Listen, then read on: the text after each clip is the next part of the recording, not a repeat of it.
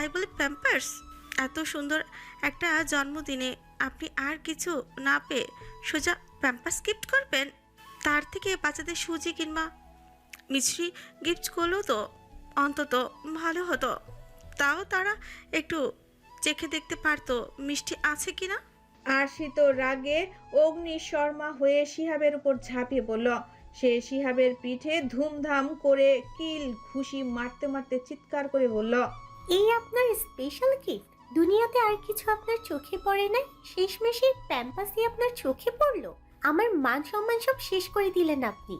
নেহাল তখন হাসতে হাসতে প্রায় বেহুশ হয়ে যাওয়ার অবস্থা। সে আরশির কাণ্ড দেখে হাসির তোড়ে কোনো মতে বলতে লাগলো, আরে বোন, ওরে শুধু শুধু মাইরা কি লাভ? তার চেয়ে বরং একটা প্যাম্পাস খুলে এখন ওরেই পড়াই দাও। নিজের আনা জিনিস নিজে প্রথমে ট্রাই করে দেখুক। ও পুরা চেক করলে তোরা ভাবির ফিউচার বাচ্চার জন্য আরও সুবিধা হইব যে ঠিকঠাক ফিট হয় কি না। নেহালের কথা শুনে শিহাব যন্ত্রণায় মুখ কুঁচকে নেহালের দিকে তাকিয়ে চেঁচিয়ে বলল, নেহাল কাল্লু, তুই থামবি? তুই তো দেখি আমার বউরে আরো উস্কাই দিতেছস। ভালো চাস তো চুপ থাক, নাইলে তোর মাথায় এমন বদদোয়া দিমু যে কাল থেকেই টাক পড়া শুরু হয়ে পড়ে। হালা। নেহালকে ধমক দিতেই শিহাব এবার আদুরে আর করুণ মুখ করে আরশির দিকে তাকিয়ে বলল, আর তুমি এত সুন্দর একটা জিনিস তোমার ভাই বউরে গিফট করলাম, তোমার উচিত ছিল খুশিতে আমারে দুইটা চুমু খাওয়া। তা না করে উল্টা আমারে ধইরা মারতেছো। তুমি আমার বউ নাকি আসলে জল্লাদ? একটু খুলে বলবা? আমি তোমারে চিনতেই পারতেছি না আরশি। আরশি এবার সত্যি ক্ষেপে গিয়ে আরো ধুমধাম ভাবে শিহাবকে মারতে লাগলো। মারের চোটে শিহাব তখন রুদ্রের দিকে তাকে আর্তনাদ করে বলল, হে ব্রো, তোর ওই জল্লাদ বোনরে থামা, নইলে কালকে সকালে দেখবি তোর আদরের বোন জামাই নাকে তুলা দিয়া খাটিয়াতে আরাম করে ঘুমায় আছে। তোর বোনের হাতের যা কিল, আমার তো এখনই পরকাল দেখা যাচ্ছে। আয়ান এবার সুযোগ বুঝে শিহাবের পক্ষ নিয়ে ফাজলামোর সুরে বলল, শিহাব ভাই কি খারাপ দিছে? একেবারে খাঁটি দরকারি জিনিস দিছে। এতে তোরা আর ভাইয়ার বিছানা বেঁচে যাবে, আর ওদের পার্সোনাল সময়ও বেঁচে যাবে। বেচারা শিহাব ভাইয়ের লাইগা এখন আমার মায়া হচ্ছে। দীর্ঘ 28 বছরের অভিজ্ঞতা কাজে লাগাইয়া কত কষ্ট করে দোকান থেকে এই প্যাম্পাস কিনে গিফট করলো, আর এখন বইয়ের হাতে মার খাইয়া বেচারা স্মৃতিশক্তি হারাইয়া ফেলতাছে। নিজের বউকে আর চিনতেই পারতেছে না। রুদ্র এবার কোনো মতে নিজের হাসি সামলে নিয়ে আরশির উদ্দেশ্যে ধমক মিশ্রিত মজার গলায় বলল, আরশি, থাম, আর ঝামেলা করিস না। বেচারা তোর হাতে মার খেয়ে তোরই তো বলে যেতেছে। এই গাছে যৌবনকালের স্মৃতিশক্তিটা দয়া করে কেড়ে নিস না, পরে তো তোকে সারা জীবন পস্তাতে হবে। রুদ্রের ধমক মিশ্রিত মজা শুনে আরশি এবার মার থামিয়ে দিয়ে এক পাশে দাঁড়িয়ে জোরে জোরে হাঁপাতে লাগলো। তার চেহারায় তখনও রাগের রেশ। শিহাব তখন ব্যথায় কোকড়াতে কোকড়াতে নিজের পিঠ আর হাত ডলতে লাগলো। তারপর এক মরণাপন্ন রোগীর মতো আর চোখে আরশির দিকে তাকিয়ে বিড়বিড় করে বলতে লাগলো, লা ইলাহা ইল্লাল্লাহু মুহাম্মাদুর রাসূলুল্লাহ।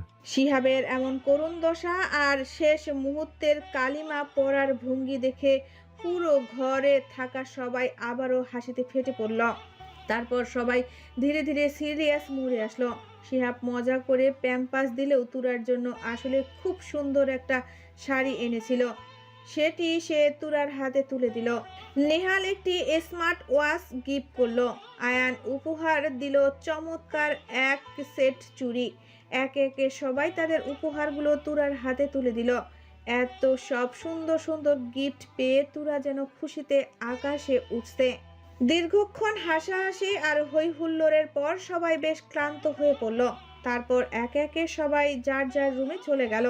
তিথি নিজের রুমে এসে সোজা ওয়াশরুমে ঢুকলো। আয়নার সামনে দাঁড়িয়ে চোখে মুখে ঠান্ডা পানির ঝাপটা দিতে দিতে সে ভাবলো হাসতে হাসতে তার পেটে এখনো ব্যথা করছে।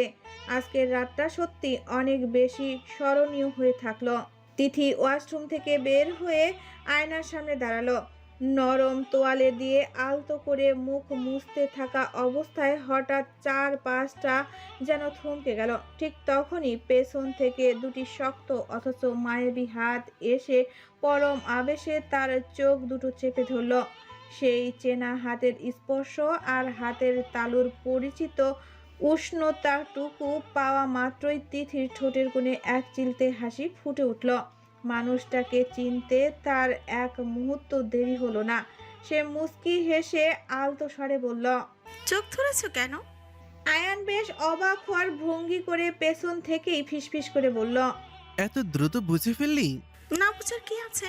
তোমার স্পর্শ তো আমার অন্তরের গহিনী মিশে গিয়েছে, আর সেটা সেই চেনা স্পর্শ না চেনার তো কোনো মানেই হয় না।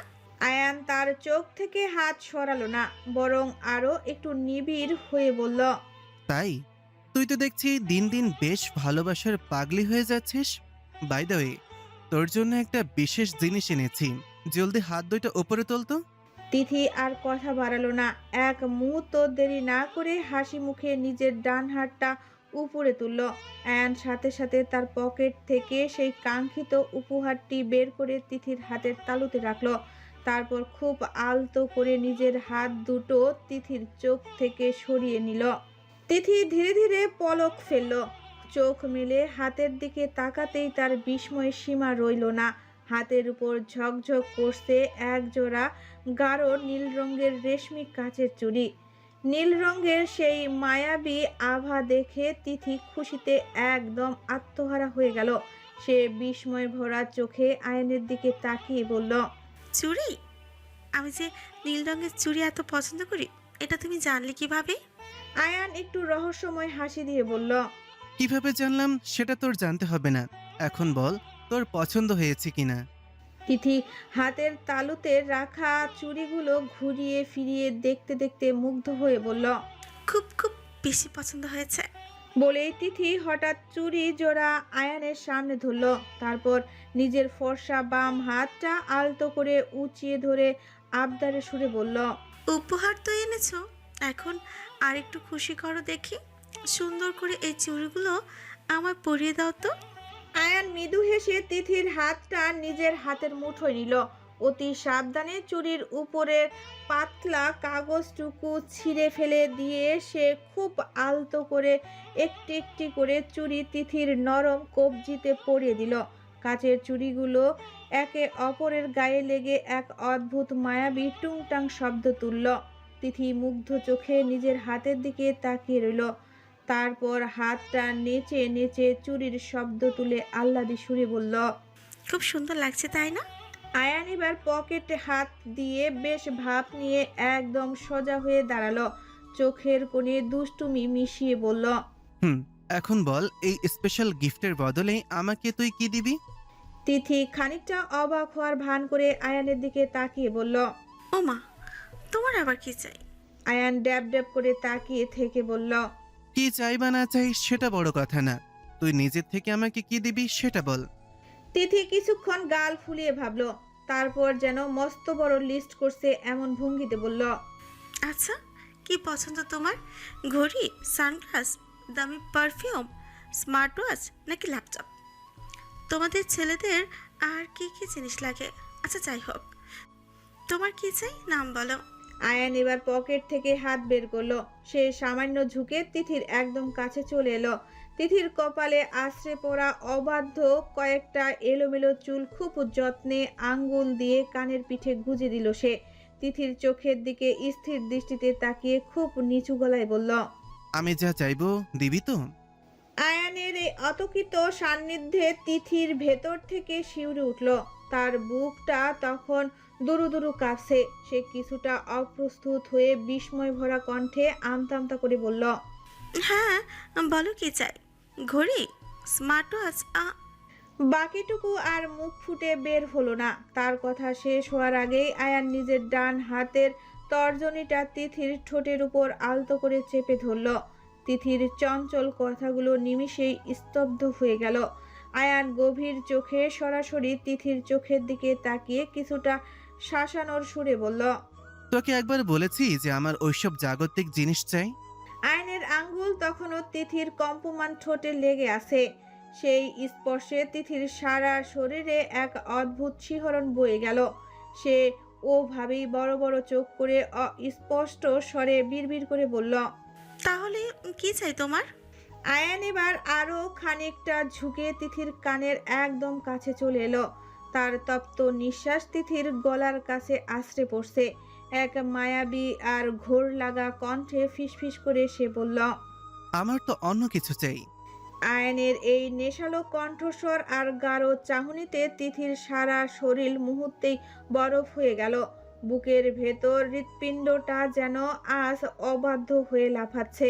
সে কোনো মতে ঢোক গিলে কাঁপা কাঁপা কণ্ঠে অস্পষ্ট সুরে বলল, হ্যাঁ বলো, কি কি চাই তোমার?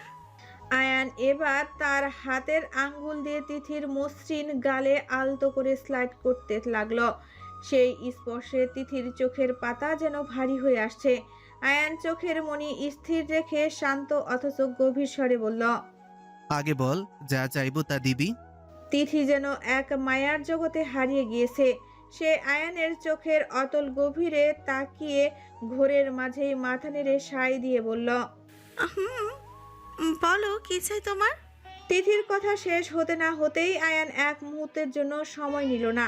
আচমকা এক ঝটকায় তিথির কোমর জড়িয়ে ধরে তাকে একদম নিজের বুকের সাথে মিশিয়ে নিল সে। তিথি অপ্রস্তুত হয়ে দু হাতে আয়ানের শার্ট খামচে ধরল। আয়ান এবার তার মুখটা তিথির কানের খুব কাছে নিয়ে গেল। তার তপ্ত নিঃশ্বাসের ছোঁয়া তিথির চোখ বুজে ফেলল। আয়ান অত্যন্ত নেশালো আর মায়াবী গলায় ফিসফিস করে বলল, আদর। আয়নের এমন সরাসরি আর উন্মাতাল করা আবদারে তিথি যেন শক্তিশালী কোনো বৈদ্যুতিক শক খেল। তার সারা শরীরে এক তীব্র শিহরণ বয়ে গেল। লজ্জায় তার ফর্সা মুখটা মুহূর্তেই আগুনের মতো লাল হয়ে উঠল। সে কোনো উত্তর দিতে পারল না। খুব আড়ষ্ট হয়ে কাঁপা কাঁপা হাতে আয়ানের শার্টের বুকটা আরো জোরে খামচে ধরল। তার হৃৎস্পন্দনের শব্দ যেন নিজেরই কানে শুনতে পাচ্ছে। আয়ান যখন দেখল তিথি নিস্তব্ধ হয়ে আছে, তখন সে তিথির কোমরে রাখা হাতের বাঁধনটা আরো 1 ইঞ্চি বাড়িয়ে ওকে নিজের তপ্ত শরীরের সাথে একদম লেপ্টে নিল। আয়ান এবার সরাসরি তিথির চোখে চোখ রেখে খুব নিচু আর গাঢ় স্বরে বলল, কি হলো, একদম জমে গেলে যে? বল, আমার পাওনাটা দিবি কিনা? তিথির মনে হচ্ছে পায়ের তলা থেকে মাটি সরে যাচ্ছে। এমন লজ্জা আর এমন পরিস্থিতির জন্য সে একদমই তৈরি ছিল না। কোনো মতে মাথা নিচু করে মুখ লুকিয়ে অস্পষ্ট সুরে বলল, আয়ান, তুমি কেমন জানি দিন দিন মাত্রাতিরিক্ত অসভ্য হয়ে যাচ্ছ। আয়ান এবার এক মুহূর্তের জন্য থামলো না। সে নিজের মুখটা নিচু করে তিথির গলার কাছে নামিয়ে আনলো। তিথির মসৃণ কাঁধ আর গলার সন্ধিস্থলে নিজের ঠোঁট দুটো খুব আলতোভাবে ঘষতে ঘষতে অত্যন্ত নেশালো আর ভাঙ্গা গলায় বলল, খুব বেশি অশুভ হয়ে গেছি, তাই না? আসলে তোকে দেখলেই আমার মস্তিষ্কের সব নিয়ন্ত্রণ হারিয়ে যায়। তুই আমার এমন এক আদিম নেশা, যার নেশায় আমি প্রতি মুহূর্তে পাগল হই। তোর এই শরীরের ঘ্রাণ, তোর এই লজ্জা, সবকিছু আমাকে জ্বালিয়ে দিচ্ছে। এখন বল তিথি, আমাকে দিবি কিনা?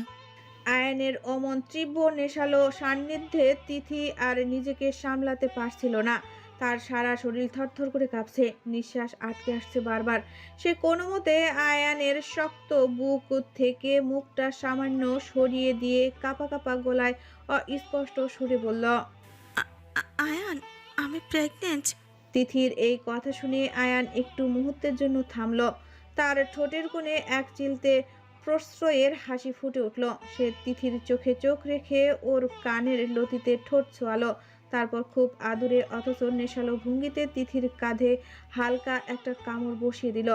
সেই কামড়ের শিহরণের তিথি চোখ বুজে আয়ানকে আরো শক্ত করে জড়িয়ে ধরল। আয়ান ওর কানের কাছে মুখ রেখে ফিসফিস করে বলল, পাগলি, আমি মোটেও তেমন কোনো গভীর আদর চাইনি যেটাতে আমার সন্তানের বিন্দুমাত্র ক্ষতি হবে। আমি অতটা গভীরে যাব না রে পাগলি। আমি তো শুধু তোর এই মায়াবী শরীরের ছোট্ট ছোট্ট আর মিষ্টি কিছু আদর চেয়েছি, যে আদরে শুধু তুই আর আমি থাকবো। আয়নের কথাগুলো যেন নেশার মতো তিথির কানে বাজতে লাগলো। সে বুঝতে পারলো আয়ান কতটা যত্ন আর ভালোবাসার সাথে তাকে চাইছে। আয়ান এবার তিথির কপালে থাকা চুলগুলো সরিয়ে দিয়ে ওর কপালে খুব দীর্ঘ এক জোড়া ঠোঁটের চাপ এঁকে দিল। তিথি লজ্জায় আড়ষ্ট হয়ে উঠল। একটি শব্দ তার মুখ দিয়ে বের হলো না। তার সেই লজ্জায় রাঙা মুখ আর আনত চোখের চাহনি দেখে আয়ানের ভেতরের তৃষ্ণা যেন কয়েক গুণ বেড়ে গেল। সে আর নিজেকে সংবরণ করতে পারল না।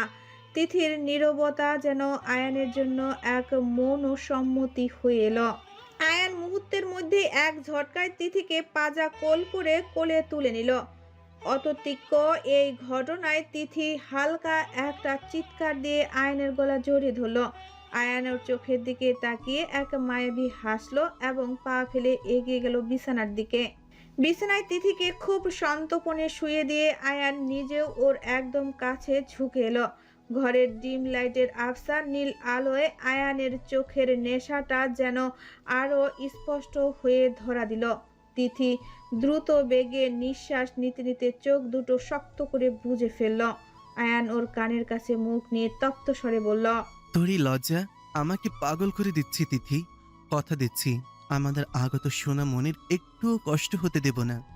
বলেই আয়ান পরম আবেশে তিথির গলার ভাঁজে মুখ ডুবালো। নীল কাচের চুড়িগুলো টুংটাং শব্দে নিস্তব্ধ ঘরটা এক মোহনীয় ভালোবাসার গল্প লিখতে শুরু করলো। তুরা গাল ফুলিয়ে বিছানার এক কোণে বসে আছে। রাগে তার অভিমানে তার মুখটা লাল হয়ে আছে। আজ তার জন্মদিন, অথচ রুদ্রের কোনো পাত্তাই নেই। সবাই উপহার দিল, কিন্তু নিজের স্বামী কিনা খালি হাতে ঘুরে বেড়াচ্ছে। রুদ্র অনেক ক্লান্ত ছিল, তাই কোনো কথা না বলে সোজা ফ্রেশ হতে ওয়াশরুমে ঢুকেছিল। খানিক বাদে রুদ্র ফ্রেশ হয়ে ওয়াশরুম থেকে বের হলো। তোয়ালে দিয়ে ভেজা চুল মুছতে মুছতে সে নজর দিল তুরার দিকে। তুরা তখনও গাল ফুলিয়ে পাথরের মতো বসে আছে। রুদ্র মুস্কি হেসে আলতো পায়ে তুরার সামনে এসে মেঝের উপর হাঁটু গেড়ে বসল। সে তুরার দু হাত নিজের শক্ত মুঠোয় পুড়ে নিল। রুদ্র খুব নরম আর আদুরে গলায় ডাকল, কি হয়েছে তোরা? এইভাবে গাল ফুলিয়ে বসে আছো কেন? রুদ্রের স্পর্শ পেয়ে তুরা যেন আরো বেশি রেগে গেল। সে রুদ্রের হাত থেকে নিজের হাত ছাড়িয়ে নেওয়ার একটা বৃথা চেষ্টা করে মুখটা ঝামটা দিয়ে অন্যদিকে ঘুরিয়ে নিল। সে এমন একটা ভাব করলো যেন সে রুদ্রকে চেনেই না। রুদ্র এবার একটু অসহায় মুখ করে আবার বলল, তোরা আমার দিকে তাকাও, কি হয়েছে বলো? তুমি কি এখন আমার উপর রেগে আছো? তুরা তবুও কোনো কথা বলল না। সে স্থির হয়ে অন্যদিকে তাকিয়ে রইল। রুদ্র এবার তুরার থুতনিটা আলতো করে ধরে নিজের দিকে ফেরানোর চেষ্টা করলো। সে খুব মিষ্টি করে হাসলো এবং সুর করে বলতে লাগলো, আতা গাছে তোতা পাখি, ডালিম গাছে মৌ, হ্যাঁ তোরা কি তবু কথা কও না কেন বউ? রুদ্রের এই অবাস্তব ছড়া শুনে তুরার রাগের মাত্রা যেন আকাশ ছাড়িয়ে গেল। সে মনে মনে ভাবছে, এক তো লোকটার জন্মদিনে কোনো উপহার দেয়নি, তার উপর এখন দরদ না দেখে মজা নিচ্ছে। কেন যেন সে গাল ফুলিয়ে বসে আছে। সেটুকু বোঝার ক্ষমতাও কি রুদ্রের নেই? তুরা আর বসে থাকতে পারল না। এক ঝটকায় বিছানা ছেড়ে উঠে দাঁড়িয়ে রাগে কাঁপতে কাঁপতে চেঁচিয়ে বলল, কে ভাই আপনি? তুরার মুখে হুট করে ভাই ডাক শুনে রুদ্রের চোখের মণি যেন স্থির হয়ে গেল। তবে দমে যাওয়ার পাত্র সে নয়। তুরার অগ্নিশর্মার চেহারা দেখে রুদ্র এবার মোক্ষম এক দুষ্টু বুদ্ধি বের করলো। সে ঝট করে সোজা হয়ে দাঁড়িয়ে পড়ল। একদম তুরার নাকের ডগায় নাক ঠেকিয়ে তারপর খুব গম্ভীর হওয়ার ভান করে বাম হাতটা প্যান্টের পকেটে গুজলো আর ডান হাতটা হ্যান্ডশেক করার ভঙ্গিতে এগিয়ে দিয়ে এক নাগারে বলতে শুরু করলো, চলো না আপু, আগে পরিচয়টা হোক। আমি আব্রাহাম খান রুদ্র আপু, আপনার বাচ্চার বাবা আপু। আর হ্যাঁ আপু, আপনার স্বামীও বটে। এখন আপু আপনার পরিচয় দিলে আমি খুশি হতাম আপু। না মানে আপু ভুল বুঝবেন না আপু, আমারও তো জানার ইচ্ছা আছে আপু। আপু আপনি কে আপু? আপনার নাম কি আপু? আপু আপনার বাসা কোথায় আপু? আপু আপনি ডাক করেছেন নাকি আপু? আপু ও আপু, আপনার মুখটা এমন দেখাচ্ছে কেন আপু? আপু শরীর খারাপ লাগছে আপু? আপু এখনো ডাক্তার ডাকবো আপু? আপু আপু হ্যাঁ আপু, আপু কথা বলেন আপু, আপু শুনতে পাচ্ছেন তো আপু? রুদ্রের এই অন্তহীন আপু সম্বোধন আর এক নিঃশ্বাসে বলা পাগলামি শুনে তুরার মাথায় যেন রক্ত চড়ে গেল। সে দাঁতে দাঁত চেপে রুদ্রের দিকে তাকিয়ে আছে। আর রুদ্র খুব নিরীহ একটা মুখ করে এখনো হাতটা বাড়িয়ে দাঁড়িয়ে আছে। তুরার রাগ এখন চরমে, কিন্তু রুদ্রের এই অদ্ভুত কাণ্ড দেখে সে হাসবে নাকি আরো জোরে চেঁচাবে সেটা বুঝতে পারছে না। তুরাকে অমন করে তাকিয়ে থাকতে দেখে রুদ্র কয়েকবার চোখের পলক ফেলে অন্তত নিরীহ মুখ করে বলল, আপু শুনছেন আমার কথা? তুরা আর এবার নিজেকে ঠিক রাখতে পারল না। রাগে হিতাহিত জ্ঞান হারিয়ে রুদ্রের চওড়া বুকে এলো পাথারি কিল ঘুষি মারতে মারতে চিল্লাতে চিল্লাতে বলল, আপনি আসলেই একটা খারাপ। আপনি আমার জন্য এই পর্যন্ত যা করেছেন সব নাটক ছিল। আসলে আপনি আমার ভালোই বাসেন না, শুধু নাটক দেখান। আর কি বলেন আমি আপনার আপু? ঠিক আছে, আজ থেকে আমি আপনার আপুই সই। আর কখনো আমার ধারে কাছে আসবেন না, আপনি একদম ছোবেন না আমায়। তুরার চিৎকারে পুরো ঘর যেন কেঁপে উঠল। অভিমানে তার কণ্ঠস্বর বুঝে আসছিল, আর চোখের নোনা জল গাল বেয়ে টপ টপ করে রুদ্রের শার্টের উপর পড়ছিল। রুদ্র কিন্তু এক চুলও নড়ল না। সে পাথরের মতো দাঁড়িয়ে তুরার সবটুকু রাগ আর আঘাত নিজের বুকে সইতে লাগলো। তুরা মারতে মারতে যখন একদম ক্লান্ত হয়ে পড়ল, ঠিক তখনই রুদ্র এক ঝটকায় তুরার দু কবজি শক্ত করে ধরে ওকে নিজের শরীরের সাথে আষ্টে পিষ্টে জড়িয়ে ধরল। তুরার রাগে টকটকে লাল হয়ে যাওয়া মুখটা এখন রুদ্রের একদম কাছে। রুদ্রের চোখের সেই দুষ্টুমি হাসিটা মুহূর্তেই মিলিয়ে গেল। সেখানে এক গভীর নেশালো আর মায়াবী চাহনি ফুটে উঠল। রুদ্র খুব নিচু স্বরে তুরার ঠোঁটের একদম কাছে মুখ নিয়ে ফিসফিস করে বলল, বাপরে, এত রাগ আমার উপর? তুরা রুদ্রের শক্তিশালী বাহু থেকে ছাড়া পাওয়ার জন্য জান প্রাণ দিয়ে ধস্তাধস্তি শুরু করলো। রাগে তার সারা শরীর রিডি করছে। সে রুদ্রের হাতের উপর নিজের নখ বসিয়ে দেওয়ার চেষ্টা করতে করতে তীক্ষ্ণ গলায় বলল, ছাড়েন বলছি আমায়, একদম ছোবেন না, ভালো হবে না কিন্তু বলছি। তুরার এই অগ্নিশর্মার রূপ আর ধমক শুনে রুদ্রা মোটেও ভয় পেল না। উল্টো তার ঠোঁটের কোণে এক বাঁকা হাসি ফুটে উঠল। সে এক ঝটকায় তুরাকে নিজের দিকে ঘুরিয়ে নিয়ে পরক্ষণেই আবার উল্টো করে দিল। তুরার পিঠ এখন রুদ্রের বুকের সাথে ঠেকে আছে। রুদ্র পেছন থেকে ওর কোমরে নিজের দু হাত দিয়ে শক্ত করে বেষ্টনী তৈরি করলো, যাতে তুরা নড়াচড়া করতে না পারে। রুদ্র তুরার কানের একদম কাছে নিজের তপ্ত মুখটা নিয়ে গেল। তার উষ্ণ নিঃশ্বাস তুরার ঘাড়ে লাগতেই তুরা শিউরে উঠল। রুদ্র খুব নিচু আর নেশালো গলায় কানে ফিসফিস করে বলল, তাই কি করবে চলে? শুনে একটু তোমার স্বাস্থ্যের কথা। তুরা অপমান আর রাগে ফুঁসতে ফুঁসতে দাঁতে দাঁত চেপে বলল, খুন করে ফেলবো একদম, আমার কথা ঠাট্টা মনে করবেন না। রুদ্র এবার উচ্চস্বরে হেসে উঠল। হাসির চোটে তার বুকটা তুরার পিঠের সাথে কাঁপতে লাগলো।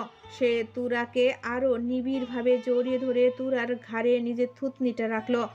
এক অদ্ভুত মায়ার সুরে সে ফিসফিস করে বলল, তাই সত্যি মারতে পারবে আমায়? এতটা পাষাণ বাবুর আম্মু হতে পারবে তো, যে বাচ্চা পৃথিবীতে আসার আগেই তাকে হেতেম করে দেবে? রুদ্রের এই আবেগী কথায় তুরার ভেতরটা যেন একটু নরম হলো, কিন্তু তার অভিমান তো কমবার নয়। সে এবার অভিমানের ধরা গলায় গাল ফুলিয়ে বলতে লাগলো, আপনি কেমন মানুষ? আপনি আমাকে একটা গিফটও দিলেন না। খুব দামি কিছু হতে হবে এমন তো না, ছোট্ট একটা জিনিস দিলেও তো মনকে বোঝাতাম যে আপনি কিছু দিয়েছেন। আসলে গিফটটা বড় কথা না, সব থেকে কাছের মানুষ যখন কিছু দেয় না তখন খুব খারাপ লাগে, এটাই বড় কথা। আর আপনি আমার অভিমানটাও বুঝতে পারছেন না, এই বুঝি আমার প্রতি আপনার ভালোবাসা।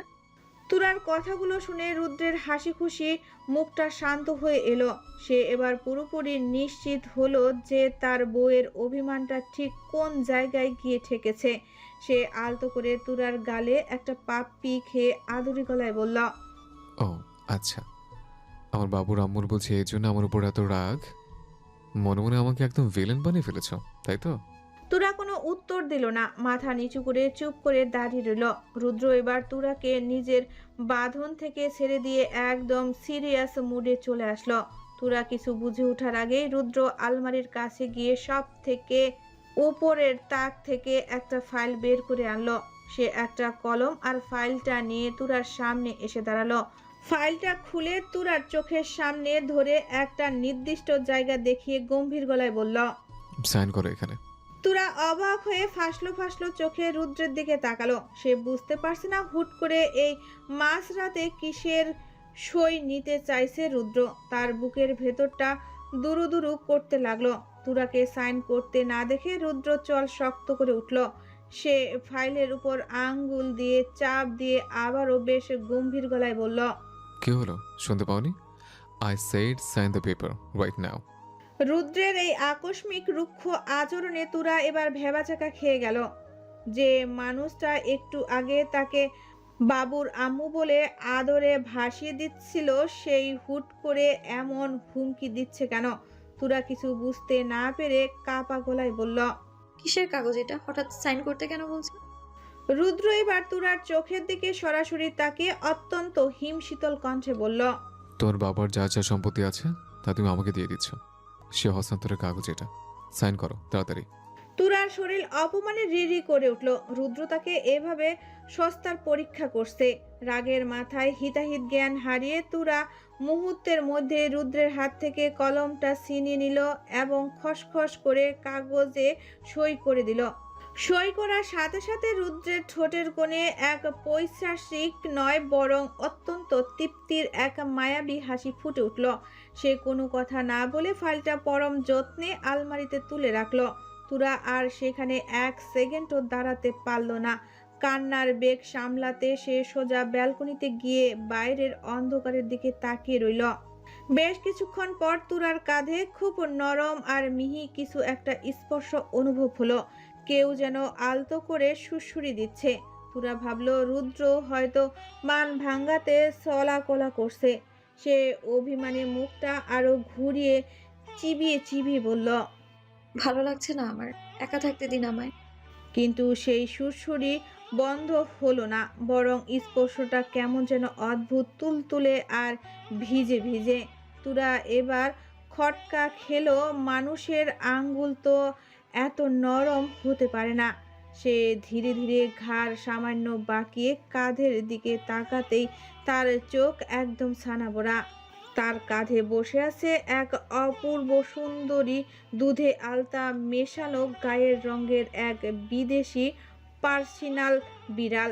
বিড়ালটার পায়ের পশম এতই সাদা আর মিহি যে মনে হচ্ছে এক দোলা সাদা মেঘ কেউ তার কাঁধে বসিয়ে দিয়েছে।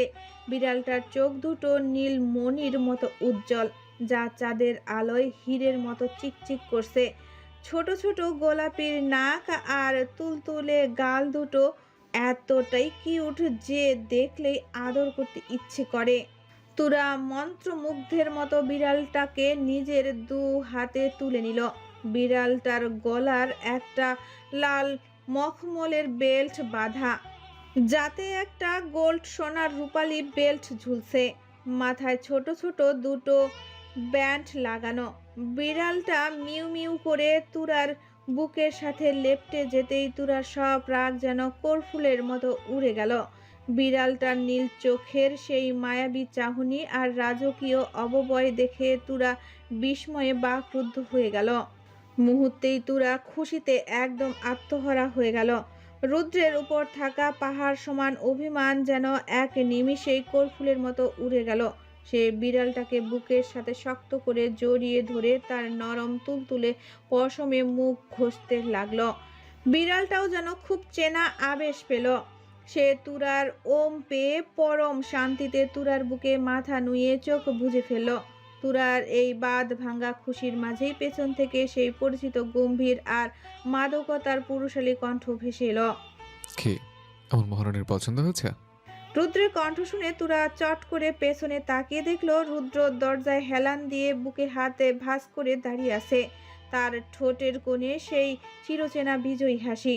তুরা এখন জলের মতো পরিষ্কার বুঝতে পারল রুদ্র এই ছোট্ট জাদুকরী প্রাণীটাকে এনে চুপি চুপি ওর কাঁধে বসিয়ে দিয়েছিল। তুরা বিড়ালটার দুধ সাদা গলার ভাঁজে নিজের নাক ডুবিয়ে আদুরি ভঙ্গিতে ফিসফিস করে বলল, খুব। আমি ভাবতেও পারিনি আপনি আমাকে এত সুন্দর একটা গিফট দেবেন। আর বিড়ালটা যে এত কিউট, আমি সত্যি কথা বলার ভাষা হারিয়ে ফেলেছি। রুদ্র ধীর পায়ে তুরার একদম কাছে এসে দাঁড়ালো। বিড়ালটার সেই মোহনীয় নীল চোখের দিকে তাকিয়ে সে সগর্বে বলল, ভাষা হারানোরই কথা। সুইজারল্যান্ডের পুরো ক্যাট হাউসের মধ্যে এই বিড়ালটা ছিল সব থেকে সেরা, রাজকীয় আর আদুরে। এই স্বভাব খুব শান্ত, কামড় দেওয়া বা নখ দিয়ে খামচুদের মতো অভদ্রতাও জানেই না। শুধু একটা পচা স্বভাব আছে, পছন্দের মানুষের শরীর চেটে দেওয়া। তুরা বিড়ালটার মাথায় আলতো করে হাত বুলাতে বুলাতে খিলখিল করে হেসে উঠল। বিড়ালটা তখন তার হাতের তালুতে মিহি করে নাক ঘষছে। তুরা মুগ্ধ নয়নে বিড়ালটার দিকে তাকিয়ে বলল, আসার পর থেকেই আমার ঘাড় চেটে দিচ্ছিল। ওরে আল্লাহ, কি যে কিউট এটা, একদম পুতুলের মতো দেখতে, দেখলেই আদর করতে ইচ্ছে করে। রুদ্র এবার তুরার আরো কাছে এসে ওর কোমর জড়িয়ে ধরল। তুরার কানের একদম কাছে মুখ নিয়ে তপ্ত নিঃশ্বাসে ফিসফিস করে বলল, শুধু কি ওকে আদর করবে? যত কষ্ট করে এতগুলো দেশ পার করে এনে দিল, তাকে আদর করবে না? রুদ্রের কথায় তুরা খিলখিল করে হেসে উঠল। বিড়ালটা তুলতুলে শরীরের মুখ ঘষতে ঘষতে সে দুষ্টুমি করে বলল, আপনি কি ওর মতো কিউট যে আপনাকে আদর করব? দেখুন তো ও কতটা কিউট আর আপনি কতটা খিটখিটে। রুদ্র এবার মুখটা পুঁটি মাছের মতো হাড়িপানা করে অভিমানী সুরে বলল, ও আচ্ছা, তার মানে আমি এখন পচা হয়ে গেলাম? আমি একদমই কিউট না? তুরা বিড়ালটার মাথায় আঙ্গুল দিয়ে বিলি কাটতে কাটতে রুদ্রকে জ্বালানোর জন্য মুখ টিপে হেসে বলল। একটুও না, আপনি বরং বিড়ালটার সিকিউরিটি গার্ড হতে পারেন। রুদ্র এবার আর কোনো রসিকতা করলো না। তার চোখের চাহনি মুহূর্তেই বদলে গেল। সে অত্যন্ত গভীর আর গম্ভীর তৃষ্ণা নিয়ে তুরার চোখের মনির দিকে তাকিয়ে খুব শান্ত অথচ ধারালো স্বরে ডাকলো, তোরা আমার দিকে দেখাও। রুদ্রের গলায় হুট করে এমন কৃতিত্বের আর গভীরতা শুনে তুরার ভেতর থেকে কেঁপে উঠল। তার হাতের বিড়ালটাও যেন এই নিস্তব্ধতা অনুভব করে স্থির হয়ে গেল। তুরা কোনো মতে নিজের কম্পিত পলক জোড়া তুলে ধীরে ধীরে রুদ্রের আগুনের মতো জ্বলজ্বলে চোখের দিকে তাকালো। রুদ্র এক দৃষ্টিতে তুরার চোখের দিকে তাকিয়ে সম্মোহনীয় কণ্ঠে বলল, আজকে তোমার কাছে একটা জিনিস চাইবো, দেবে? রুদ্রের কণ্ঠের সেই অদ্ভুত আকুতি আর গাম্ভীর্য দেখে তুরার বুকের ভেতরটা দুরুদুরু করতে লাগলো। সে বুঝতে পারছে না রুদ্র ঠিক কি চাইতে যাচ্ছে। রুদ্রের চোখে তখন এক অন্যরকম নেশা, যা তুরাকে আষ্টে পিষ্টে বেঁধে ফেলেছে। তুরাকে নিরুত্তর থাকতে দেখে রুদ্র আবারও খুব নরম কিন্তু গম্ভীর গলায় বলল, কি হলো বলো, দিবে? তুরা এবার ঘাবড়ে গিয়ে একদম কাঁপা কাঁপা গলায় কোনো মতে বলল, হুম হুম বলেন। রুদ্র এবার তুরার আরো এক ধাপ কাছে এসে দাঁড়ালো। ওর দু চোখে এক বুক আশা নিয়ে বলল, আমি চাই তুমি আমাকে তুমি করে রাখো। এই ছোট আবদারটাই তোমার কাছে, তুমি কি এটা রাখবে? কথাটা শোনা মাত্রই তুরার লজ্জায় আর আড়ষ্টতায় মুহূর্তেই মাথা নিচু করে ফেলল। কি বলবে সে ভেবে পাচ্ছে না। বিড়ালটা তখন হঠাৎ তার লম্বা লোমশ লেজ দিয়ে তুরার কাঁধে আলতো করে আছাড় মারছে। আর বিড়ালটার লেজের সেই সুরসুরিতে তুরা বারবার কেঁপে উঠছে। রুদ্র তুরাকে আবারও এভাবে নিশ্চুপ থাকতে দেখে দীর্ঘশ্বাস ফেলল। সে এবার ব্যালকনির রেলিং ধরে শূন্যে আকাশের দিকে তাকিয়ে খুব উদাস গলায় বলল, তুমি কি আমি জোর করবো না তোরা? তুমি যদি না পারো তবে টাকার দরকার নেই। রুদ্রের কণ্ঠে এক অদ্ভুত বিষণ্ণতা। তুরা ধীরে ধীরে চোখ তুলে রুদ্রের দিকে তাকালো। দেখলো রুদ্র আকাশের দিকে তাকিয়ে আছে। ওর চোয়াল শক্ত হয়ে আছে দেখেই বোঝা যাচ্ছে সে খুব অভিমান করেছে। এই প্রথম তুরা রুদ্রের চোখে মুখে ওর জন্য এমন গভীর অভিমান দেখলো। যে মানুষটা সব সময় শাসনের আড়ালে তাকে আগলে রাখে, সেই মানুষটা আজ ছোট্ট একটা আবদার করে গুটিয়ে গেছে। তুরার মনের ভেতরে থাকা সব জড়তা যেন এক পলকে ধুয়ে গেল। সে বিড়ালটাকে এক হাতে সামলে নিয়ে সাহস সঞ্চার করে তারপর ঠোঁটের কোণে এক চিলতে মায়াবী হাসি ফুটিয়ে খুব নিচু স্বরে কিন্তু স্পষ্ট করে ডাকলো, রৌদ্র শুনছো? শুনছো? তুরা তাকে তুমি করে ডাক দিল। রুদ্র যেন নিজের কানকেও বিশ্বাস করতে পারল না। সে ঝট করে মাথা ঘুরিয়ে তুরার দিকে তাকালো। রুদ্রের চোখে মুখে তখন এক আকাশ সমান আনন্দ। সে খুশিতে যেন একদম আত্মহারা হয়ে গেল। তার মতো শক্ত হৃদয়ের মানুষটাও এই মুহূর্তে আবেগে টলমল করছে। সে কাঁপা কাঁপা গলায় অবিশ্বাসের সুরে আবার জিজ্ঞেস করলো, কি বলে তোরা? প্লিজ আরেকবার বলো, আরেকবার ওই নামে ডাকো আমায়। তুরা এবার একটু দুষ্টুমি মেশানো হাসি দিয়ে মুখ টিপে বলল, কেন, কানে বুঝি কম শোনো? একবার বলেছি তো ব্যাস। রুদ্র এবার আর দূরত্ব বজায় রাখতে পারল না। সে এক পা এগিয়ে সে তুরার কোলে ওই তুলতুলে বিড়ালটা থাকা অবস্থাতেই তুরাকে জড়িয়ে ধরল। বিড়ালটা মাঝখানে পড়ে একটু মিউ করে উঠল, কিন্তু রুদ্রের সেদিকে খেয়াল নেই। সে তুরার কাঁধে মুখ গুজে দিয়ে খুব আবেগ ঘন গলায় বলল, না রে পাগলি, হঠাৎ এত খুশি হয়ে গিয়েছে যে নিজের গানকে বিশ্বাস করতে পারছি না। মনে হচ্ছে কোনো সুন্দর স্বপ্ন দেখছে। তুমি আমাকে তুমি বলে ডাকবে, এটা শোনার জন্য আমি যে কতদিন ধরে অপেক্ষা করছিলাম তা তুমি জানো না। রুদ্রের গলার স্বরে এক অদ্ভুত প্রশান্তি। তুরা অনুভব করলো রুদ্রের বুকের ধুকভুকানিটা কত দ্রুত চলছে। রুদ্রের এই ভালোবাসা আর পাগলামি দেখে তুরাও নিজেও খুব সুখ লাগছে। সে বুঝতে পারল শুধু একটা তুমি ডাক এই মানুষটাকে কতটা পরিপূর্ণতা দিতে পারে।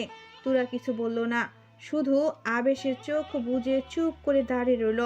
রুদ্রের এই নিবিড় আলিঙ্গনের পৃথিবীর সব সুখ যেন আজ এই ব্যালকনিতেই এসে জমা হয়েছে। কিন্তু তাদের এই রোমান্টিক মুহূর্তের মাঝখানে পড়ে বেচারা বিড়ালটা এবার একদম চিপায় পড়ে গেল। বিড়ালটা অক্সিজেনের অভাব বোধ করতেই হঠাৎ করে বেশ জোরেই এক করুণ স্বরে মিউ করে উঠল। বিড়ালের সেই আর্তনাদ শুনে রুদ্রের হুঁশ ফিরল। সে সাথে সাথে তুরাকে ছেড়ে দিয়ে একটু অপ্রস্তুত হয়ে 2 পা পিছিয়ে গেল। বিড়ালটা এবার যেন হাঁপ ছেড়ে বাঁচল এবং তুরার কোলের উপর দাঁড়িয়ে মাথা ঝাঁকিয়ে নিল। রুদ্র আর তুরা দুজনেই একে অপরের দিকে তাকালো। তুরার গাল দুটো লজ্জায় আর হাসিতে রাঙা হয়ে উঠেছে, আর রুদ্রের মুখে লেগে আছে এক চিলতে অপরাধ বোধ মেশানো মিষ্টি হাসি। মুহূর্তেই দুজনের মাঝে গাম্ভীর্যটা ধুয়ে মুছে গেল, আর তারা একে অপরের কাণ্ড দেখে খিলখিল করে হেসে উঠল। ব্যালকনির নিস্তব্ধতা তাদের সেই প্রাণখোলা হাসির শব্দটা যেন এক মুহূর্তেই সুর তৈরি করল। ধীরে ধীরে সময়ের চাকা ঘুরে কেটে গেল দীর্ঘ 9টি মাস। তুরা আর তিথি দুজনেই মাতৃত্বের অববয় এখন পূর্ণতা পেয়েছে। ফুলে ফেপে তাদের পেট অনেকখানি বড় হয়ে গিয়েছে। তবে সব থেকে দুশ্চিন্তার বিষয় হলো তুরার থেকে তিথির পেটটা যেন একটু বেশি অস্বাভাবিক রকমের বড় হয়েছে। 9 মাসের এই বিশাল ভার বইতে তিথির শরীর যেন নুয়ে পড়েছে। এই দৃশ্য দেখে পরিবারের প্রত্যেকটি সদস্যের মনে গম্ভীর উদ্বেগের কালো মেঘ জমেছে। অনাগত সন্তানদের কোনো বড় সমস্যা হলো না তো? বাড়ির সবাই মিলে বহুবার চেয়েছে একটা আলট্রাসাউন্ড করিয়ে সবটা নিশ্চিত হতে, কিন্তু তিথি নিজের সিদ্ধান্তের পাহাড়ের মতো অটল। সে কিছুতেই পরীক্ষা করাতে রাজি নয়। তার সাফ কথা, যদি আল্লাহ তাআলা কপালে কোনো বিপদ লিখেও রাখেন, তবে সেই আল্লাহই পাশে থাকবেন, তিনি উদ্ধার করবেন। এই প্রবল বিশ্বাস আর অদম্য জেদ নিয়ে তিথি আলট্রাসাউন্ড করতে নারাজ। এদিকে আয়ানের অবস্থা শোচনীয়। সে যেন ভয় আর উৎকণ্ঠায় প্রায় পাগল হয়ে যাচ্ছে। সে বারবার তিথিকে জড়িয়ে ধরে হাহাকারে কেঁদে ওঠে, কান্নায় ভেঙে পড়ে, মিনতি করে। লক্ষ্মীটি, চল একবার ডাক্তার দেখিয়ে আসি। কিন্তু তিথিও দমবার পাত্রী নয়। সে পাল্টা জেদ ধরে বসে আছে। পরিস্থিতির এমন পর্যায়ে যায় যে সে আয়ানকে নানা কথায় আটকে দেয়। কোনোভাবেই তাকে রাজি করানো যায় না। প্রিয়তমা স্ত্রীর এই অবুঝ জেদের কাছে আয়ান আজ সত্যি বড় অসহায়, বড় বাধ্য। আয়ান নিজের অস্তিত্বের সবটুকু দিয়ে তিথির খেয়াল রাখে। অন্যদিকে রুদ্র তুরার পাশে ছায়ার মতো লেগে থাকে। হাঁটাচলা করানোর থেকে শুরু করে ক্লান্তি দূর করতে পা টিপে দেওয়া কোনো কিছুই তার কমতি নেই। সময়টা তপ্ত দুপুর। তিথি অনেক কষ্টে ধীর পায়ে হাঁটতে হাঁটতে ব্যালকনিতে এসে দাঁড়ালো। পেটটা এখন এতটাই বড় আর ভারী হয়েছে যে ভারসাম্য রক্ষা করে হাঁটাটাই তার জন্য দুঃসাধ্য হয়ে পড়েছে। আজ শুক্রবার হওয়ায় আয়ান আর রুদ্র অফিসের ছুটি। সপ্তাহের ক্লান্তি কাটাতে আয়ান দুপুরের একটু গভীর ঘুমে আচ্ছন্ন ছিল। বেশ কিছুক্ষণ পর ঘুম ভাঙতেই আয়ান পাশে তিথিকে না দেখে এক ঝটকায় বিছানা ছেড়ে উঠে দাঁড়ালো। বুকের ভেতরটা ধক করে উঠল তার। সে পাগলের মতো ঘরের কোণে কোণে তিথিকে খুঁজলো। অজানা আশঙ্কায়, অস্থিরতায় যেন তাকে গ্রাস করেছিল। কোথাও না পেয়ে শেষমেশ ব্যালকনিতে আসতেই দেখলো তিথি একলা দাঁড়িয়ে আছে। তাকে সুস্থ অবস্থায় দেখে আয়ানের বুকের উপর থেকে যেন একটা পাহাড় নেমে গেল। এক দীর্ঘ শান্তির নিঃশ্বাস ফেলল সে। আয়ান পা টিপে টিপে তিথির পেছনে গিয়ে দাঁড়ালো। তার কাঁধে আলতো করে হাত রেখে ভারী গলায় বলল, একা একা হাঁটতে গেলি কেন? বলেছি না তুই কখনো একা একা হাঁটবি না। যদি মাথা ঘুরে পড়ে যেতিস। তিথি শূন্য চোখে আকাশের দিকে তাকিয়ে স্লান হেসে বলল, আসলে ঘরে একদম ভালো লাগছিল না আয়ান, তাই একটু খোলা বাতাসে এখানে আসলাম। তিথির এই সাধারণ কথাটুকু শুনেই আয়ান মুহূর্তেই যেন দিশেহারা হয়ে গেল। তার চোখের মনি অস্থিরতায় কাঁপছে। সে অত্যন্ত সতর্কতার সাথে তিথিকে নিজের দিকে ঘুরিয়ে ধরল। তার কণ্ঠে তখন তীব্র হাহাকার আর আকুতি। তিথি, ব্যথা করছে? শরীর কি খুব বেশি খারাপ লাগছে সোনা? বল আমায়, প্লিজ, তোর দোহাই লাগে, লুকাস না, কিছু একটা তো বল।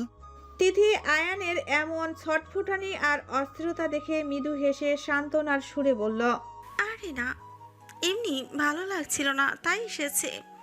তুমি শুধু শুধু আমায় নিয়ে এত চিন্তা করো, দেখো কিচ্ছু হবে না আমার। তিথির এই অভয় বাণী যেন আয়ানের মনে কোনো কাজই করলো না। সে মুহূর্তের মধ্যেই তিথির হাত দুটো নিজের দু হাতের মুঠোয় নিয়ে ফুপিয়ে কেঁদে উঠল। তিথির নরম হাতের তালুই মুখ গুজে আকুল হয়ে বলল, তুই বুঝবি না তিথি, আমার মনের ভেতরে কি ঝড় বয়ে যাচ্ছে। আমি এক মুহূর্তের জন্য শান্তি পাচ্ছি না। আমার না খুব ভয় করছে সোনা। চল না, একটা বার অন্তত পরীক্ষা করিয়ে আসি। যদি ওই বাচ্চাটার জন্য তোর কোনো সমস্যা হয়, তবে আমার কোনো বাচ্চা চাই না। আমার বাচ্চার আগে তোকে চাই তিথি। তোকে আমি হারাতে পারবো না, আমি পাগল হয়ে যাব। তিথি আয়ানের কাঁপতে থাকা হাত দুটো শক্ত করে আঁকড়ে ধরল। তার চোখ মুখে এক অটল বিশ্বাসের আভা। সে শান্ত গলায় বলল, কিছু হবে না আয়ান, আল্লাহ আছেন, আল্লাহর উপর ভরসা রাখো, তিনি কখনো আমাদের উপর বিপদ আসতে দেবেনই না। আয়ান তবুও থামল না। প্রিয় কোনো জিনিস ভেঙে যাওয়ার যন্ত্রণায় মানুষ যেভাবে দুমড়ে মুচড়ে যায়, ঠিক সেভাবেই সে গুমড়ে কাঁদতে কাঁদতে বলল, আমি আর পারছি না তিথি, আমার খুব কষ্ট হচ্ছে। বিশ্বাস কর, বুকটা ফেটে যাচ্ছে আমার। আয়ানের চোখে তপ্ত অশ্রুতে তিথির হাত ভিজে একাকার হয়ে যাচ্ছে। তিথি অপলক তাকিয়ে দেখলো আয়ানের বিধ্বস্ত অবস্থা। সে স্পষ্ট বুঝতে পারছে এই মানুষটা তাকে হারানোর ভয়ে কতটা কুঁকড়ে আছে।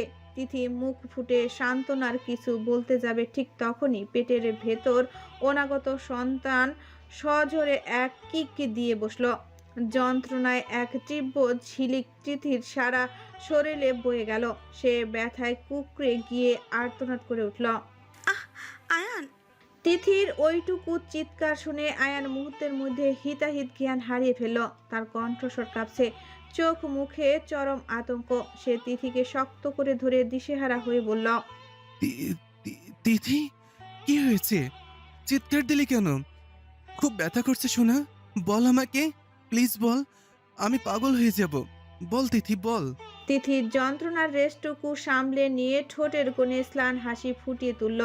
আয়ানের ঘাবড়ে যাওয়া মুখটা দেখে সে আদুরি গলায় বলল, আরে না পাগল, তোমার দুষ্টু বাচ্চাটা পেটের ভিতর লাথি মেরেছে।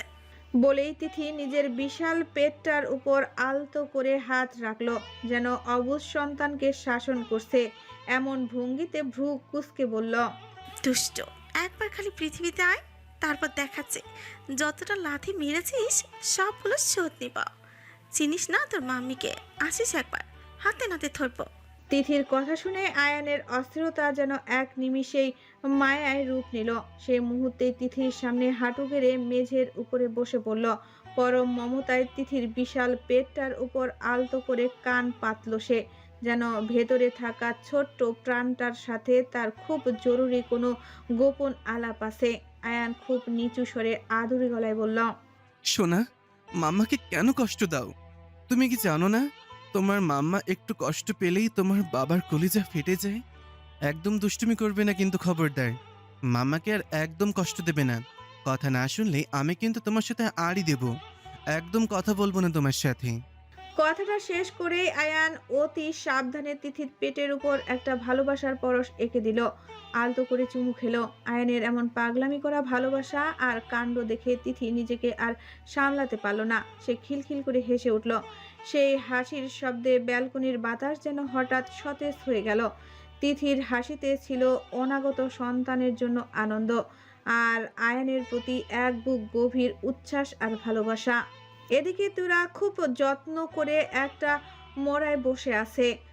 আর তার ঠিক সামনের সোফায় বসে আছে রুদ্র। রুদ্র পরম মমতায় তুরার লম্বা চুলের বেনুনি করে দিচ্ছে। যদিও কাজটা আগে একদমই পারত না, কিন্তু স্ত্রীর আদুরে আবদার মেটাতে এই কদিনে ইউটিউব মামুর সাহায্য নিয়ে সে বেশ হাত পাকিয়ে নিয়েছে। হঠাৎ তুরা নিজের বড় হয়ে যাওয়া পেটে হাত রেখে খুব নিচু গলায় বলে, আচ্ছা তোমায় একটা কথা বলি। রুদ্র মনোযোগ দিয়ে বেনুনি করতে করতে নির্লিপ্ত সুরে বলল। হুম, বলো। তুরা একগাল হাসি নিয়ে ওর চোখের দিকে তাকিয়ে বলল, আচ্ছা তুমি ছেলে হলে বেশি খুশি হবে নাকি মেয়ে হলে? রুদ্রের হাতের আঙ্গুলগুলো বিনুনির ভাঁজের মুহূর্তের মধ্যে থমকে গেল। সে খানিকটা ভেবে নিয়ে বলল, ছেলে বা আমি আল্লাহর নিয়ামত হিসেবে যেটা আসবে সেটাতে আমি খুশি। তবে যদি মনের ইচ্ছার কথা জানতে চাও তাহলে আমি একটা ছোট্ট রাজকন্যা চাই। তুরা মুহূর্তেই ছোট্ট বাচ্চাদের মতো গাল ফুলিয়ে জেদ ধরল, না, আমি ঠিক তোমার মতো একটা রুদ্র হোক চাই। পুরো পৃথিবী জানবে এটা আব্রাহাম খান রুদ্রের ছেলে। রুদ্র তুরার এমন পাগলামি দেখে হেসে ফেলল। সে আলতো করে তুরার গাল দুটো দু হাত দিয়ে ঘুরিয়ে টপাটপ কয়েকটা চুমু খেল। তারপর গভীর আবেগ নিয়ে বলল, যেটাই হোক তোরা, আমি শুধু একটাই দোয়া করি আল্লাহ যেন আমাদের দিকে রহমতের নজর দেন। তুমি আর আমার সন্তান যেন সুস্থ থাকো, কোনো বিপদ যেন আমাদের স্পর্শ না করে। রুদ্রের কণ্ঠে ছিল এক বুক আকুলতা আর না বলা হাজারো ভয়।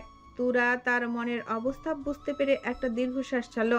রুদ্রের হাতটা নিজের পেটের উপরে রেখে আশ্বস্ত করে বলল, দেখো, আল্লাহ আমাদের কিছু হতে দেবেন না। আমাদের আর তিথি আয়ন ভাইয়ার বেবি একদম সুস্থভাবে আসবে। দেখবে আর মাত্র কটা দিন, তারপর আমাদের এই খান বাড়িটা ওদের চিৎকারে মুখর হয়ে উঠবে। ও আমাদের মাম্মা পাপা বলে ডাকবে আর সারা বাড়ি মাথায় তুলবে। তুরার কথাগুলো শুনে রুদ্রের অস্থির মনটা যেন একটু শান্ত হলো। সে পরম মায়ায় আবেশে তুরার কাঁধ জড়িয়ে ধরে নিজের বুকের সাথে লেপ্টে নিল, যেন এভাবেই সব বিপদ থেকে তাকে আড়াল করে রাখবে। রুদ্র ধীর গলায় শুধু বলল, তাই যেন হয় তোরা, তাই যেন হয়। বিকেলের মিঠে রোদ জানালা দিয়ে এসে ড্রয়িং রুমে পড়ছে। তুরা আর তিথি দুজনেই সোফায় বসে আয়েশ করে বসে আছে। তিথি মনের সুখে বাটি ভর্তি টক ঝাল আচার খাচ্ছে। আচারের গন্ধে যেন পুরো ঘর জমে আছে। অন্যদিকে তুরা আধো শোয়া হয়ে মনোযোগ দিয়ে টিভিতে নিজের প্রিয় মুভি দেখছে। তাদের এই প্রশান্তির পিছনে রয়েছে পরিবারের বাকিদের অক্লান্ত পরিশ্রম। রান্নাঘর থেকে টুংটাং শব্দ আসছে। তনুজা খান, রোশনি খান আর মিহি খান মিলে রাতের খাবারের তদারকি করছেন। কাজের লোকদের সাথে নিজেরাও হাত লাগিয়েছেন যাতে তুরা তিথির পছন্দের খাবারগুলো ঠিকঠাক রান্না হয়। বাড়ির পুরুষরা অর্থাৎ আনোয়ার খান, আশিক খান আর আরিফুল খান বিকেলের নিয়মিত হাঁটার অভ্যাস অনুযায়ী বাইরে বেরিয়ে পড়েছেন। রুদ্র আর আয়ানও বাড়িতে নেই, তবে তারা শুধু ঘুরতে বের হয়নি, তাদের গন্তব্য ডাক্তারের চেম্বারে। তুরা আর তিথির ডাক্তারের কাছে যেতে চায় না বলে রুদ্র আর আয়ানি নিয়ম করে ডাক্তারের পরামর্শ নিয়ে আসে। ওদের এখন কি খাওয়ানো উচিত, শরীর খারাপ লাগলে কি করতে হবে, সব ছোটখাটো বিষয় তারা খুঁটিয়ে খুঁটিয়ে জেনে নেয়। পরিবারের দুই হবু মায়ের যত্নে তারা কোনো খামতি রাখতে চায় না। বিকেলের সেই শান্ত পরিবেশটা এক নিমিষেই ওলট পালট হয়ে গেল। তিথি মনে সুখে আচার খাচ্ছিল, কিন্তু হঠাৎ করেই পেটের ভেতর এক অদ্ভুত মোচড় দিয়ে ওঠা ব্যথা অনুভব করলো সে। এ ধরনের ব্যথা মাঝে মধ্যেই হয়, তাই তিথি ভাবলো হয়তো এমনি হচ্ছে, একটু পর সেরে যাবে। অবহেলা করে সে আবারও আচারের বাটির দিকে মন দিল। কিন্তু সময় যত গড়াচ্ছে ব্যথা কমাতো দূরের কথা, বরং তা যেন আরো তীব্র থেকে তীব্রতর হয়ে উঠছে। সন্ধ্যা ঘনিয়ে আসছে আর সেই সাথে তিথির যন্ত্রণাও বাড়ছে। এক সময় সহ্য করতে না পেরে তিথি আচারের বাটিটা পাশে রেখে পেটে হাত দিয়ে ধীরে ধীরে দাঁড়ানোর চেষ্টা করলো। আর ঠিক সেই মুহূর্তে ঘটে গেল এক কাণ্ড। কোনো কিছু বুঝে ওঠার আগে গল গল করে পানি বের হয়ে ফ্লোর ভিজিয়ে দিল, যেন ফ্লোরের উপর দিয়ে ছোটখাটো এক নদী বয়ে গেল। তিথি থরথর করে কাঁপতে শুরু করলো। সে বুঝতে পারছে না এই পানির অর্থ কি, কিন্তু ব্যথার তীব্রতা এখন এতটাই ভয়াবহ যে তার মাথার কাজ করছে না। শির দ্বারা বেয়ে এক অসহ্য যন্ত্রণার ঢেউ আছড়ে পড়ল তার সারা শরীরে। তিথি আর দাঁড়িয়ে থাকতে পারল না, পেট চেপে ধরে আর্তনাদ করে ফ্লোরের উপরে বসে পড়ল সে। ও আল্লাহ, আম্মু গো। তিথির কলিজা ফাটানো চিৎকার শুনে তুরা এক মুহূর্তের জন্য স্তব্ধ হয়ে গেল, কিন্তু যখনই সে তিথির দিকে তাকালো তার বুকের ভেতরটা যেন হিম হয়ে এলো। তিথি ফ্লোরে বসে যন্ত্রণায় ছটফট করছে, আর ওর 4-5টা পানিতে ভিজে একাকার। দৃশ্যটা দেখে তুরা নিজের সবটুকু শক্তি দিয়ে চিৎকার করে উঠল। তিথি, মা, কোথায় তোমরা? তাড়াতাড়ি আসো, জলদি আসো। তুরার গলার সেই আর্তনাদ শুনে রোশনি খান, তনুজা খান আর মিহি খান রান্নাঘর থেকে হন্তদন্ত হয়ে ছুটে এলেন। ড্রয়িং রুমে ঢুকেই তিথির এই অবস্থা আর ফ্লোরে ছড়িয়ে থাকা পানি দেখে তাদের আর বুঝতে বাকি রইল না যে তিথির প্রসব বেদনা শুরু হয়ে গিয়েছে। তনুজা খান পাগলের মতো ছুটে এসে তিথিকে 2 হাতে আগলে নিলেন, নিজের বুকের সাথে জড়িয়ে ধরে বললেন, মা, কিচ্ছু হয়নি তোর, তুই ভয় পাস না, নিজেকে শক্ত রাখ মা, আমরা আছি তো। কিন্তু ব্যথার তীব্রতা তখন তিথির সহ্য ক্ষমতার বাহিরে চলে গেছে। সে যন্ত্রণায় কুকড়ে গিয়ে আর্তনাদ করে উঠল। আম্মু, প্রচন্ড ব্যথা করছে, আমিও পাচ্ছি না, মরে যাচ্ছি আমি। পরিস্থিতি বেগতিক দেখে রোশনি খান কাঁপতে কাঁপতে রুদ্রের নাম্বারে কল দিলেন। এদিকে রুদ্র আর আয়ান তখন কেবল ডাক্তারের চেম্বারে ঢুকে কথা শুরু করেছে। হঠাৎ রুদ্রের ফোনটা বেজে উঠল। স্ক্রিনে বাড়ির নাম্বার দেখে বুকটা ধক করে উঠল তার। অসময়ে বাড়ির ফোন মানেই কোনো দুঃসংবাদ নয় তো। রুদ্র ডাক্তারকে ইশারায় থামিয়ে দিয়ে কাপা হাতে ফোনটা কানে ধরল। ওপাশ থেকে রোশনি খানের কান্নায় ভেঙে পড়া কণ্ঠস্বর ভেসে এলো। রুদ্র, আয়ান, তোরা কোথায়? শীঘ্রই বাড়ি আয়। তিথির ওয়াটার ব্রেক হয়েছে, ওর প্রসব বেদনা শুরু হয়ে গেছে। রুদ্রের হাত থেকে দামি ফোনটা কার্পেটে পড়ে গেল, কিন্তু সেদিকে খেয়াল করার মতো মানসিক অবস্থা তার নেই। আয়ান রুদ্রের ফ্যাকাশে মুখ দেখে মুহূর্তেই অস্থির হয়ে উঠল। তার বুকের ভেতরটা অজানা এক আশঙ্কায় ঢিপ ঢিপ করছে। সে রুদ্রের হাত আঁকড়ে ধরে চিৎকার করে বলল, কি হয়েছে ভাইয়া? বাড়িতে কিছু হয়েছে? তোরা আর তিথি ঠিক আছে তো? কথা বলছো না কেন? রুদ্র শুকনো ঢোক গিলল, তার চোখ দুটো যেন কোটর থেকে বেরিয়ে আসতে চাইছে। সে কাঁপতে কাঁপতে আয়নের দিকে তাকিয়ে স্পষ্ট সুরে বলল, আয়ান, তিথি ওয়াটার ব্রেক হয়েছে। মুহূর্তের মধ্যেই আয়নের মনে হলো যেন কেউ তার মাথার উপর বিশাল এক পাহাড় আছড়ে ফেলেছে। সারা শরীর মুহূর্তেই অবশ হয়ে এলো, হাত পা নাড়ানোর মতো ন্যূনতম শক্তিটুকু সে হারিয়ে ফেলল।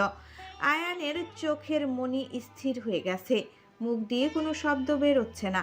রুদ্র আয়নের এই অবস্থা দেখে বুঝতে পারল এখন ভেঙে পড়লে চলবে না। সে দ্রুত আয়নের কাঁধ শক্ত করে ধরে ঝাঁকুনি দিয়ে বলল, আয়ান, শক্ত হ, এভাবে ভেঙে পড়িস না, কিচ্ছু হবে না, তুই ভরসা রাখ, জলদি চল, আমাদের এখনই পৌঁছাতে হবে, কুইক। কথাটা শেষ করে রুদ্র আয়ানকে এক প্রকার টেনে সোফা থেকে তুলল। আয়ানের পা যেন মাটিতে আটকে যাচ্ছে। সে কোনো বোধ শক্তি ছাড়াই যান্ত্রিকভাবে রুদ্রের সাথে এগিয়ে চলল। রুদ্র তাকে একরকম টেনে হিঁচড়ে নিয়ে গিয়ে গাড়িতে তুলল। আয়ান গাড়ির সিটে বসে রইল ঠিকই, কিন্তু সে যেন এক জ্যান্ত পাথরের মূর্তি। প্রাণ আছে কিন্তু স্পন্দন নেই, চোখ আছে কিন্তু দৃষ্টি নেই। রুদ্র আর আয়ান ঝড়ের গতিতে বাড়িতে পৌঁছালো। ড্রয়িং রুমে পা রাখতেই আয়ান দেখলো তিথি ফ্লোরে পড়ে যন্ত্রণায় আর্তনাদ করছে। সেই করুণ দৃশ্য দেখে আয়ানের মনে হলো তার পায়ের নিচ থেকে বুঝি মাটি সরে যাচ্ছে। হৃদস্পন্দন যেন এক মুহূর্তের জন্য থমকে গেল। রুদ্র একবার চট করে তুরার দিকে তাকালো। তুরাকে অক্ষত এবং ঠিকঠাক দেখে তার বুকের এক পাশ শান্তিতে ভরে উঠল, কিন্তু পরক্ষণেই তিথির অবস্থা দেখে সে স্থির থাকতে পারল না। রুদ্র ক্ষিপ্ত গতিতে এগিয়ে গিয়ে তিথির কাঁধ ধরল এবং আয়ানের দিকে তাকিয়ে চিৎকার করে উঠল, আয়ান, কি দেখছিস? তাড়াতাড়ি ধর তিথিকে, এখনই হাসপাতালে নিতে হবে, 1 সেকেন্ড দেরি করা যাবে না। রুদ্রর চিৎকারে আয়ান যেন সম্মতি ফিরে পেল। সে পাগলের মতো ছুটে এসে তিথিকে আগলে ধরল। রুদ্র আর আয়ান দুজনে মিলে অতি সাবধানে তিথিকে পাজা কোলে করে গাড়িতে নিয়ে তুলল। গাড়ির পেছনের সিটে তিথির দুপাশে তনুজা খান আর মিহি খান বসে তাকে শক্ত করে ধরে রাখলেন। তিথির ব্যথায় নীল হয়ে যাওয়া মুখটা দেখে তাদের চোখের ভিজে উঠেছে।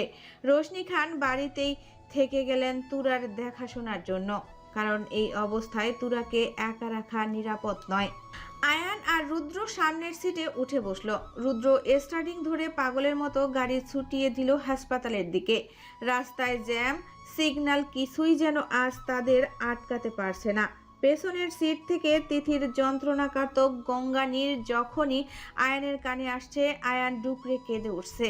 তার শুধু একটাই প্রার্থনা, আল্লাহ আমার তিথিকে সুস্থ রেখো। হাসপাতালে পৌঁছানোর পর কোনো বিলম্ব না করে তিথিকে দ্রুত অপারেশন থিয়েটারে নিয়ে যাওয়া হলো। করিডোরের লাল বাতিটা জ্বলে ওঠার সাথে সাথে পুরো পরিবারের উপর এক অসহ্য নীরবতা আর আশঙ্কার চাদর যেন বিছিয়ে গেল। খবর পাওয়া মাত্রই আনোয়ার খান, আশিক খান আর আরিফুল খান ঊর্ধ্বশ্বাসে হাসপাতালে ছুটে এসেছেন। নিজের আদরের মেয়ের এই অবস্থা শুনে আশিক খান প্রায় জ্ঞান হারানোর মতো দশা। আরিফুল খান তাকে কোনো মতে ধরে রেখে সান্ত্বনা দেওয়ার চেষ্টা করছেন, যদিও তার নিজের কণ্ঠটাও উদ্বেগে কাঁপছে। শিহাব, আরশি, নিহাল আর আরফাও খবর পাওয়া মাত্র পাগলের মতো ছুটে এসেছে। সবার মুখেই এখন ভয়ের কালো ছায়া। আরশিরও এখন শরীরের যত্ন নেওয়া প্রয়োজন, কারণ সে নিজেও এখন 2 মাসের অন্তঃসত্ত্বা। কিন্তু তিথির এই অবস্থায় সে নিজেকে স্থির রাখতে পারছে না। অপারেশন থিয়েটারের বাইরে পুরো পরিবার যেন এক প্রার্থনার সবাই পরিণত হয়েছে। সবাই মনে প্রাণে দোয়া করছে আল্লাহ যেন তিথি আর ওর অনাগত সন্তানকে সুস্থভাবে ফিরিয়ে দেন। কিন্তু এই ভিড়ের মাঝে আয়ানের দিকে তাকালে বুক ফেটে যায়। সে কি আর এই পৃথিবীতে আছে? আয়ান যেন এক জীবন্ত লাশে পরিণত হয়েছে। মানুষ যখন শোকে আর আতঙ্কে পাথর হয়ে যায়, তখন তার কান্না করার মতো শক্তিটুকু থাকে না। আয়ানের অবস্থাও ঠিক তাই। সে একাই দেওয়ালের সাথে হেলান দিয়ে শূন্য দৃষ্টিতে তাকিয়ে আছে, যেন তার নিঃশ্বাসটা ভেতরে বইছে ঠিকই, কিন্তু আত্মাটা চলে গেছে ওই অপারেশন থিয়েটারের ভেতরে। অপারেশন থিয়েটারের ভেতরে এখন যেন এক মৃত্যু যন্ত্রণার মঞ্চ।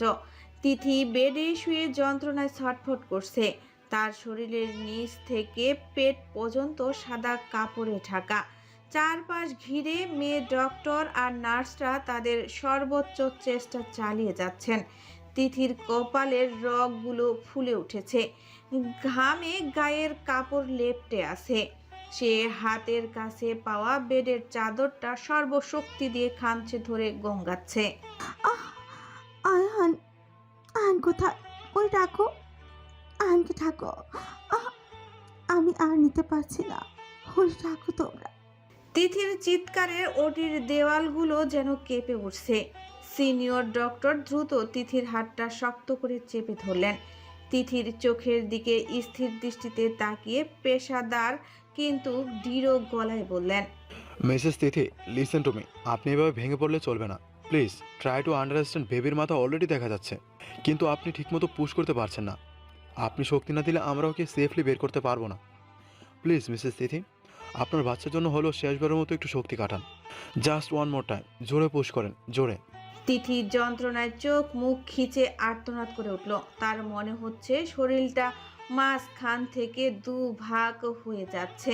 তিথি যন্ত্রণার চরম সীমায় পৌঁছেও যেন আয়ানের চিন্তায় অস্থির। সে কান্নারত কণ্ঠে চিৎকার করে বলল, আয়ান, আয়ানকে ডাকো, ওকে বলো আমাদের বাচ্চা আসছে। ও নিশ্চয়ই বাইরে কষ্ট পাচ্ছে, ওরে বলো আমার কিছু হবে না। ওরে ডাকো, ও দেখুক আমি ঠিক আছি, প্লিজ ওরে ডাকো। ডাক্তার বারবার তিথিকে ইনস্ট্রাকশন দিচ্ছে, কিন্তু তিথি শুধু আয়ান নামটা জপছে। তার সবটুকু মনোযোগ আর শক্তি যেন ওই নামটার মধ্যে আটকে গেছে, যার ফলে সে ডেলিভারির জন্য প্রয়োজনীয় পুশ দিতে পারছে না। পাশ থেকে একজন অ্যাসিস্ট্যান্ট ডক্টর পরিস্থিতি বেগতিক দেখে মেইন সার্জনকে বললেন, ডক্টর, আমার মনে হয় ওনার হাজবেন্ড আয়ানকে ভেতরে ডাকা উচিত। না হলে যেভাবে ব্লাড প্রেশার ফ্ল্যাকচুয়েট করছে তাতে মেয়েটার প্রাণ সংশয় হতে পারে। হাজবেন্ডকে পাশে দেখলে হয়তো তার মেন্টাল স্ট্রেংথ পাবে। ডক্টর পরিস্থিতির গুরুত্ব বুঝে দ্রুত মাথা নাড়লেন এবং একজন নার্সকে ইশারা করলেন। নার্স তৎক্ষণাৎ ওটির ভারী দরজা ঠেলে বাইরে বেরিয়ে এলেন। করিডোরের অপেক্ষারত বিধ্বস্ত মানুষগুলোর সামনে দাঁড়িয়ে নার্স উচ্চ স্বরে বললেন, এখানে মিস্টার আয়ান কে? আরিফুল খান মুহূর্তেই সামনে এগিয়ে এসে নিজের ছেলেকে দেখিয়ে বললেন। এই আমার ছেলে আয়ান। নার্স সরাসরি আয়ানের স্থির হয়ে যাওয়া চোখের দিকে তাকিয়ে বললেন, আপনি জলদি ভেতরে আসুন। আপনার স্ত্রী ভেতরে খুব স্ট্রাগল করছে। সে বারবার আপনার নাম নিচ্ছে। ওকে সাহস দেওয়ার জন্য আপনার পাশে থাকা খুব জরুরি। আসুন। আয়ান এতক্ষণ নিজেকে পাথর করে রাখলেও অপারেশন থিয়েটারের দরজায় পা রাখতেই তার সব বাত ভেঙে গেল। ভেতরের সাদা আলোর নিচে তিথিকে যন্ত্রণায় নীল হয়ে ছটফট করতে দেখে আয়ানের কলিজা যেন ছিঁড়ে দু টুকরো হয়ে গেল। সে টলমল পায়ে এগিয়ে গিয়ে তিথির মাথার কাছে দাঁড়ালো। তিথি ঝাপসা চোখে আয়ানকে দেখা মাত্রই যন্ত্রণার তীব্র আর্তনাদ চাপিয়ে এক টুকরো স্লান হাসি ফুটিয়ে তুলল।